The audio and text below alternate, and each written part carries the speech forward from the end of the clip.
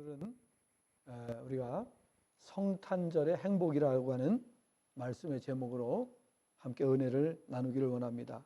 오늘 이 자리에 참석하신 여러분께서 은혜 충만하게 받으시고 또 이 자리에 참여하지 못한 분들에게 나아가셔서 이 받은 은혜를 나누시는 그런 성탄절이 될 수 있기를 바랍니다.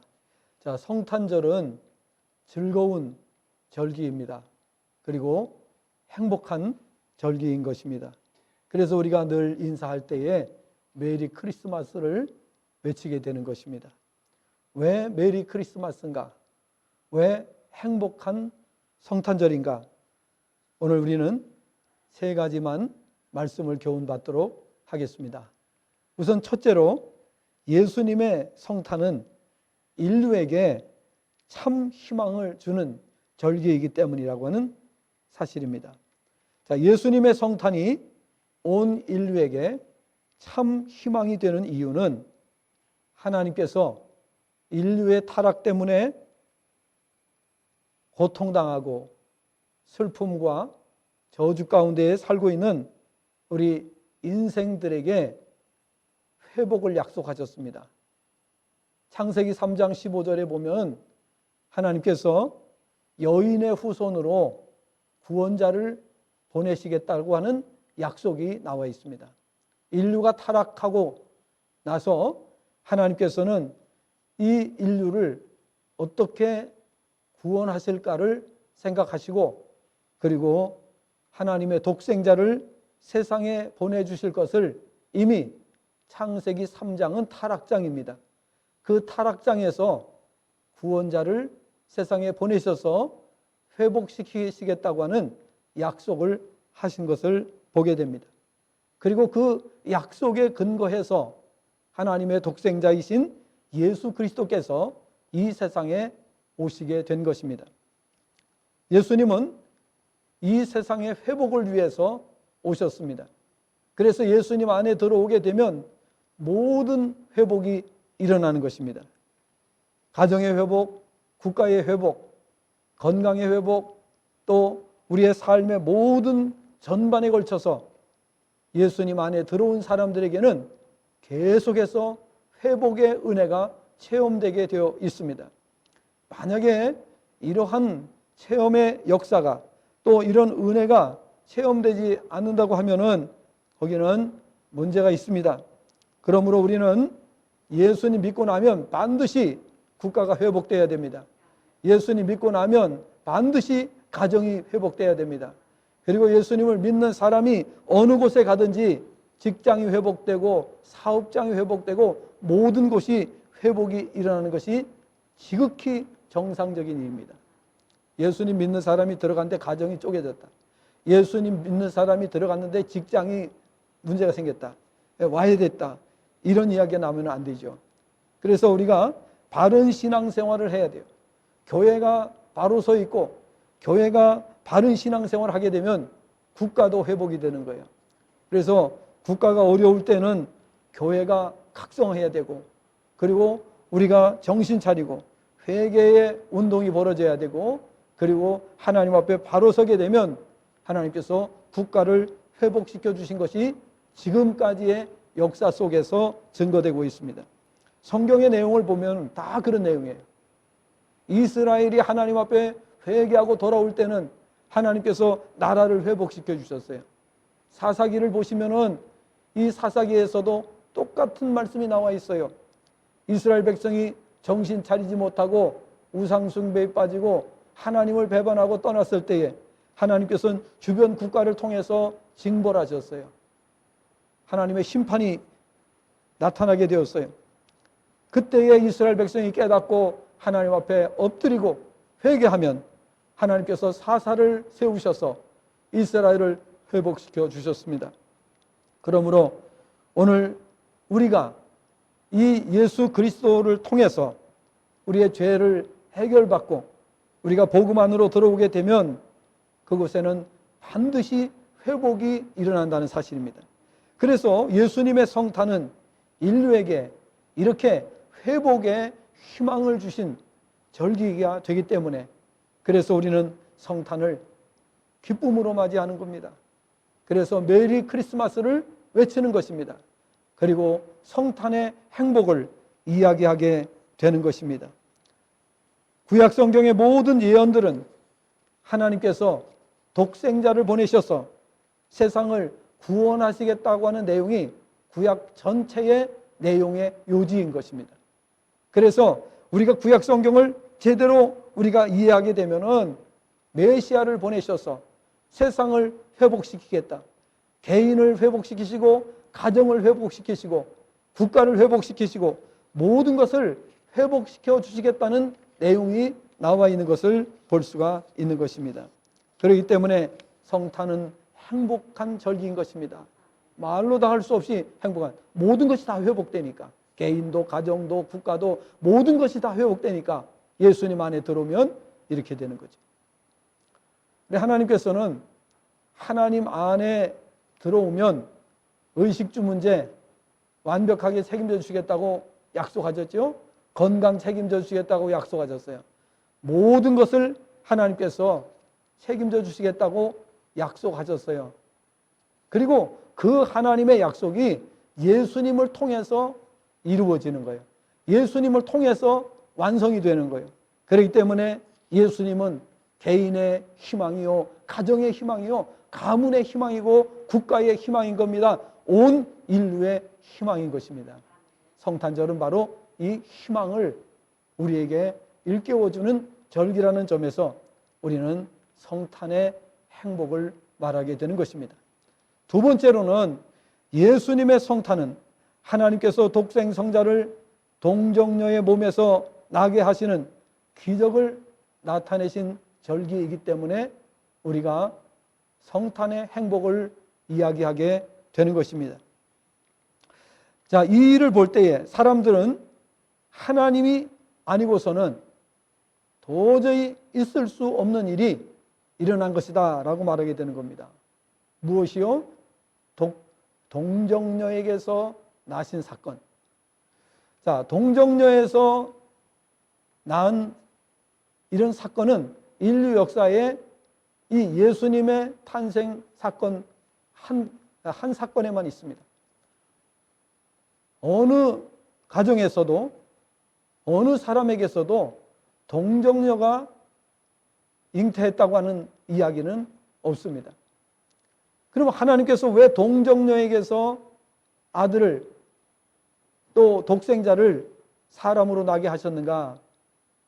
인간으로서는 있을 수 없는 사건인데 왜 하나님께서는 그 방법을 택하셨느냐 하는 것입니다. 그것은 바로 이 동정녀에게서 아들이 낳는 것을 보면 인류의 구원자, 독생자, 독생성자께서 인류의 구원자로 이 세상에 태어나시는 사건이라는 것을 인식하라고 동정녀 탄생을 말씀하신 거예요. 그거는 이 보통 사람에게서는 일어날 수 없는 일이기 때문에 하나님께서 독특한 방법으로 인간으로서는 일어날 수 없는 일이기 때문에 그 방법을 통해서 그러한 동정녀에게서 잉태되는 것을 보면 그것이 바로 인류 구원을 위한 하나님께서 보여주시는 징조, 징표가 될 것이니 그래서 모든 인류의 모든 사람들이 이 사실을 확신하도록 하신 것을 보게 되는 것입니다. 동정녀가 잉태하는 사건은 인류 역사에 단 한 번뿐입니다. 전에도 없었고 후에도 없는 단 한 번의 사건입니다. 그리고 그 사건은 인류 구원의 징조로 하나님께서 보여주시겠다 이렇게 말씀하셨습니다. 그래서 동정녀에게서 아들이 났을 때에 인류가 발칵 뒤집힌 거죠. 왜냐하면 도저히 있을 수 없는 사건이 벌어졌기 때문에. 그런데 이것이 이사야 7장 14절에 말씀되고 있는 것입니다. 이사야 7장 14절에서는 하나님께서 구원의 징조로, 구원의 징조, 구원자가 나시는 그 징조가 뭐냐? 처녀가 잉태하면 그것이 구원자가 세상에 오시는 징조인 것을 알라라고 말씀하신 겁니다. 그래서 우리가 예수님께서 동정녀의 몸에서 나셨기 때문에 예수님이 인류의 구원자라고 하는 사실을 확신하게 되는 것입니다. 이것은 인류 역사에 한 건밖에 없으니까 의심할 여지가 없는 것입니다. 그리고 하나님께서 계속해서 그것을 선지자들을 통해서 말씀하게 하시고 그 사건이 이루어진 것입니다. 이 사건은 하나님께서 독생자를 타락한 죄인의 출생과는 전혀 다른 거룩한 방법에 의해서 취하신 초자연적인 방법으로 출생시키심으로 온 인류가 구원의 성탄으로 인정하지 않을 수 없도록 만드신 사건입니다. 그래서 예수님을 메시아로, 구약의 히브리어로는 메시아, 신약의 헬라어로는 그리스도입니다. 뜻은 같은 뜻입니다. 기름 부음을 받은 자라. 그래서 이 메시아 그리스도는 하나님께서 구원자로 기름 부어주신 이 사건에 대해서 그 취하신 칭호인 것입니다. 자, 세 번째로는 왜 우리가 행복한 성탄인가? 성탄이 왜 우리에게 행복인가? 예수님의 성탄은 온 인류에게 복음이 되었기 때문인 것입니다. 복음이 뭐죠? 복음이라고 하는 말은 굿뉴스라고 하는 말이에요. 굿뉴스, 좋은 소식이라는 말입니다. 그래서 이것을 가스펠이라고도 말합니다. 이 가스펠이라고 하는 것은 역시 마찬가지죠. 굿스펠입니다. 좋은 말이라는 거죠. 자, 왜 예수님의 성탄이 굿뉴스인가? 왜 복음인가? 자, 예수님이 태어나실 당시의 시대적인 상황을 보게 되면은 온 인류가 구원에 목말라 있었던 때입니다. 복음에 목말랐던 때입니다. 자, 요즘에 전 세계가 한 가지 사실에 목말라 있습니다. 뭐가 나오기를 지금 전 세계가 기대하고 기다리고 있어요? 백신이에요, 백신. 그러니까 그 당시에는 온 인류가 다 불행 속에 살고 있었어요. 왜냐하면 영적으로 암흑기였습니다. 구약의 마지막 선지자가 예언을 하고 나서 하나님께서 예언을 하신 대로 선지자들을 갖다가 전부 다 끊으셨어요. 그러니까 선지자가 아무도 등장하지 않습니다. 그렇게 하고 400년 동안을 하나님께서 복음을 주지 않으십니다. 전혀 복음을 주지 않으십니다. 그러니까 온 인류는 그 당시에 이 복음에 그토록 목말랐던 시대라고 하는 것. 여러분, 만약에 코로나 백신이 지금부터 한 1년 지나야 나온다고 생각하면 어떻게 되죠? 전 세계가 진짜 발칵 뒤집히죠.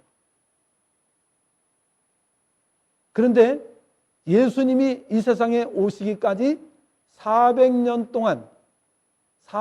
동안 복음이 중단됐어요. 여러분, 코로나 백신이 2, 3년만 안 나와도 전 세계가 다 뒤집어질 겁니다. 그런데 예수님이 이 세상에 오시기 전에 400년 동안은 복음이 끊긴 상태예요. 선지자도 일체 등장하지 않습니다. 선지자가 등장하지 않는다는 것은 하나님의 말씀이 전해지지 않는다는 의미인 것입니다. 그런 상태에서 400년이 지났으니 여러분, 코로나 백신이 2, 3년만 안 나와도 사람들이 미치고 환장할 것인데 400년 동안 복음이 끊어졌으니 그 시대에 사람들이 얼마나 영적으로 피폐한 삶을 살고 있었는가 하는 것을 우리는 너무나도 쉽게 생각하지 않을 수가 없는 것입니다. 그러니 400년 동안 복음이 끊어졌으니 타락한 세상은 언제나 답답함이 있고 사람들은 무언가 좋은 소식이 나타나기를 기다리는데, 특별히 이스라엘 백성은 누굴 기다렸어요? 메시아를. 학수고대한 거예요. 메시아가 오셔야 되는데 메시아가 등장해야 되는데, 메시아가 나타나서 우리를 살려줘야 되는데, 우리를 구원해줘야 되는데, 그 살려주기까지는 아니더라도 우리에게 목말라 하는 우리 인생들에게 좋은 소식, 시원한 소식을 들려줘야 될 텐데 400년 동안 그것이 없었으니 그 시대의 사람들은 얼마나 고통스러운 삶을 살고 있었을까 하는 것을 우리는 알 수가 있는 것입니다. 코로나 백신이 장기간 나오지 않고 이 상태로 간다면 국가 부도를 맞는 나라들이 전 세계에서 수도 없이 발생할 것입니다. 그러니 어찌 백신에 목말라 하지 않을 수 있겠습니까? 예수님께서 세상에 오실 즈음에는 온 인류가 처절한 목마름으로 갈급함을 느끼고 있었습니다. 영적인 것이 전부 다 사라져버렸어요. 영적인 것이 끊겨져 버렸던 그런 시대였습니다. 칠흑 같은 어둠을 뚫고 들리는 복음이 정말 그 인류에게 필요했습니다. 그런데 예수님의 등장 소식은 바로 이 칠흑 같은 영적인 어둠을 뚫고 들리는 복음의 메아리였습니다. 메시아 곧 그리스도의 출현은 온 인류에게 참으로 기쁘고 흥분되는 소식이 아닐 수가 없었던 것입니다. 하나님의 독생자의 출현은 불행을 겪고 있는 모든 인생들에게 더없이 기쁨, 복음인 이유는 그분께서 불행을 겪고 있는 인생들과 임마누엘이 되기 위해서 오신 사건이라고 말씀하고 있기 때문입니다. 자, 임마누엘이 무슨 의미죠? 하나님이 우리와 함께 거하신다는 뜻이에요. 전지전능하신 하나님께서 우리와 함께 거하신다. 그런데 하나님께서는 공중에 모습을 드러내셔서 우리 인류에게 모습을 보여주시는 것이 아니고 하나님께서는 독생자를 사람의 모습으로 보내셔서 우리와 함께 하시는 그 의미를 나타내 보여주시겠다고 말씀하셨습니다. 그래서 예수님께서는 이 땅에 오셔서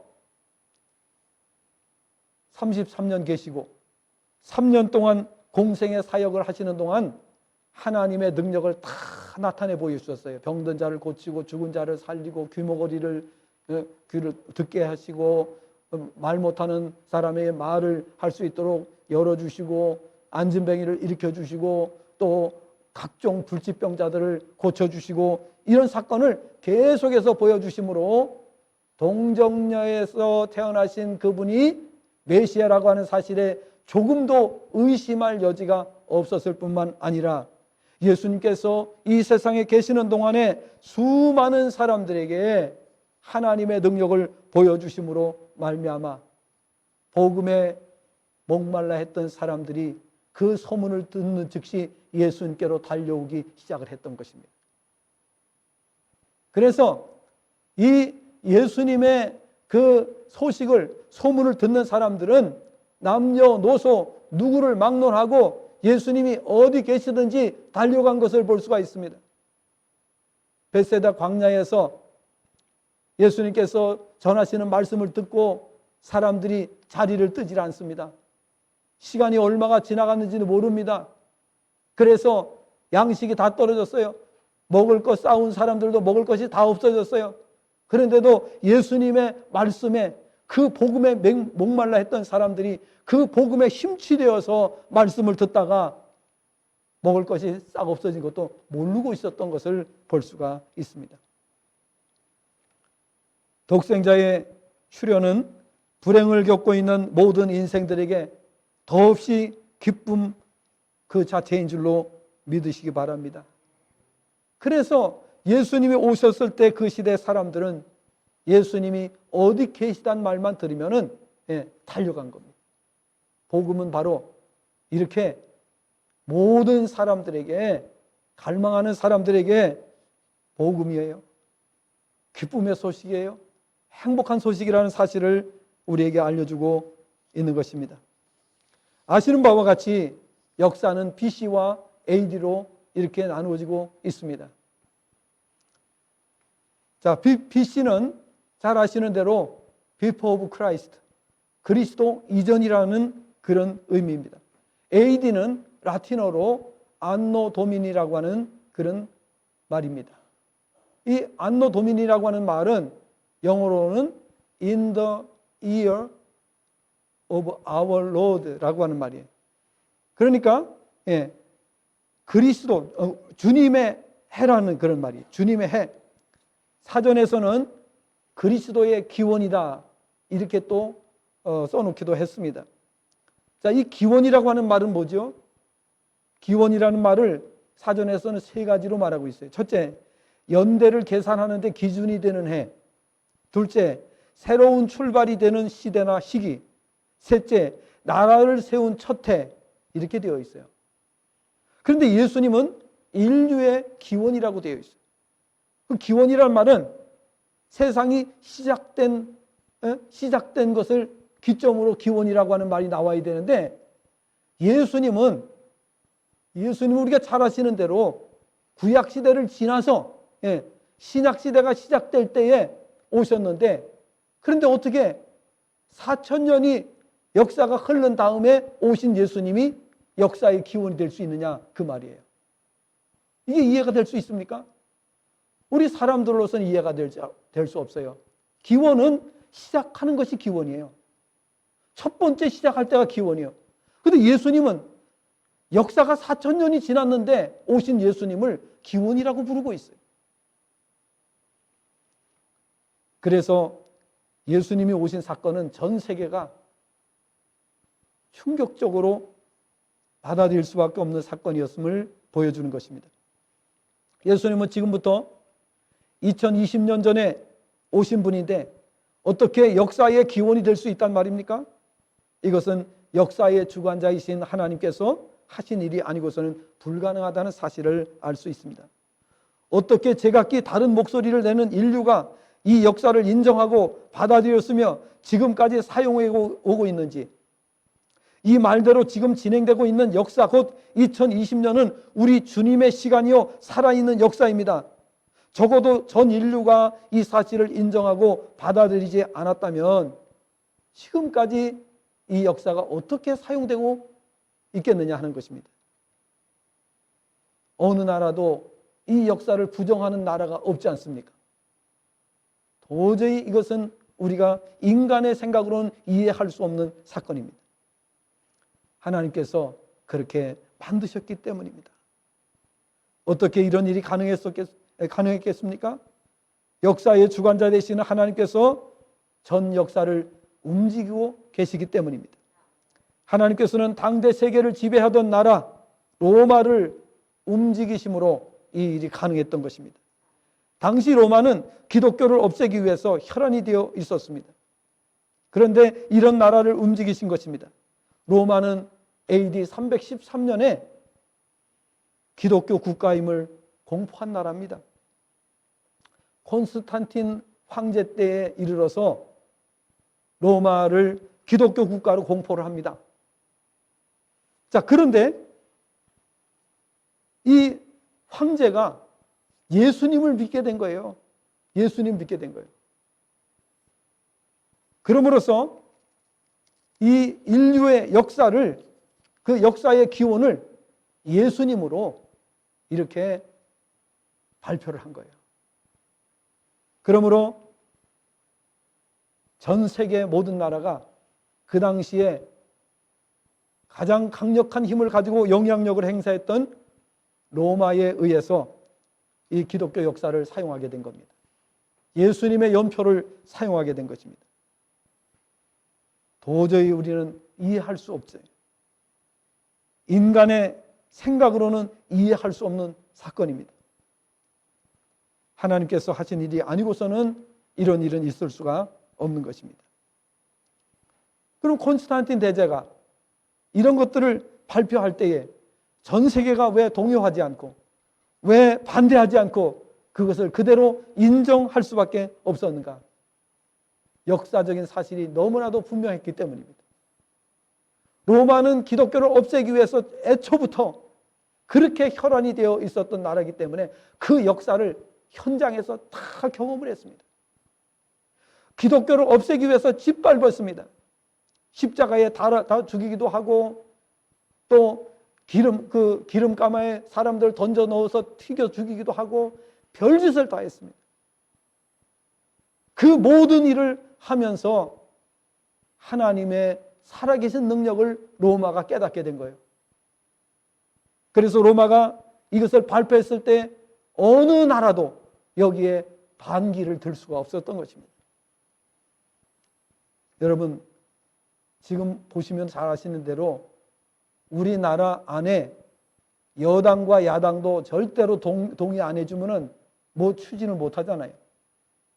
그런데 전 세계 모든 나라가 한 나라도 반대하지 않고 이것을 받아들일 수 있었다는 것은 이게 어떻게 인간의 설득으로 되겠습니까? 어떤 방법으로 이것이 가능하겠습니까? 이것은 로마라고 하는 나라가 기독교를 없애기 위해서 별짓을 다 했는데 그 현장에서 다 본 거예요. 이 기독교 역사가 어떻게 시작되고 어떻게 진행되는 것을 두 눈으로 확실하게 그들이 목격을 했고 없애기 위해서 그걸 계획하고 별짓을 다 했기 때문에 예수님의 부활 사건도 그들은 다 알고 있었어요. 모든 사건을 다 적나라하게 알고 있었기 때문에 로마가 그 일을 발표할 때에 어떤 나라도 반기를 들 수가 없었다는 사실입니다. 하나님은 역사의 주관자십니다. 그러므로 이러한 로마의 역사를, 로마를 주관하신 분도 하나님이십니다. 전 세계를 주관하시는 분이 하나님이십니다. 그 하나님에 의해서 오늘 이 예수님의 연표가 사용되고 있다는 사실을 우리가 기억을 해야 되는 것입니다. 그렇습니다. 인류가 이 역사를 사용하게 된 것은 거역할 수 없는 살아있는 역사라는 사실이 아무도 부정할 수 없도록 인정되었다라는 것을 의미하는 것입니다. 하나님의 독생자께서 사람이 되어 인류 역사에 오시되 그것도 동정녀의 몸에서 초자연적인 방법으로 세상에 나셨고 구원자로서 죄인들을 구원하시기 위해 타락한 죄인들과 함께 임마누엘이 되셔서 온 인류의 구원자가 되는 것이 분명하다라는 사실을 보여주는 사건이 바로 성탄절인 것입니다. 로마가 왜 이것을 몰랐겠습니까? 로마는 기독교 자체를 없애려고 했던 나라인데 이것을 왜 몰랐겠습니까? 그것을 모르고 우리는 기독교 국가가 되겠다고 공포를 했겠습니까? 말도 안 되는 얘기죠. 누구도 이거는 이해할 수 없는 일입니다. 하나님께서 로마라고 하는 나라를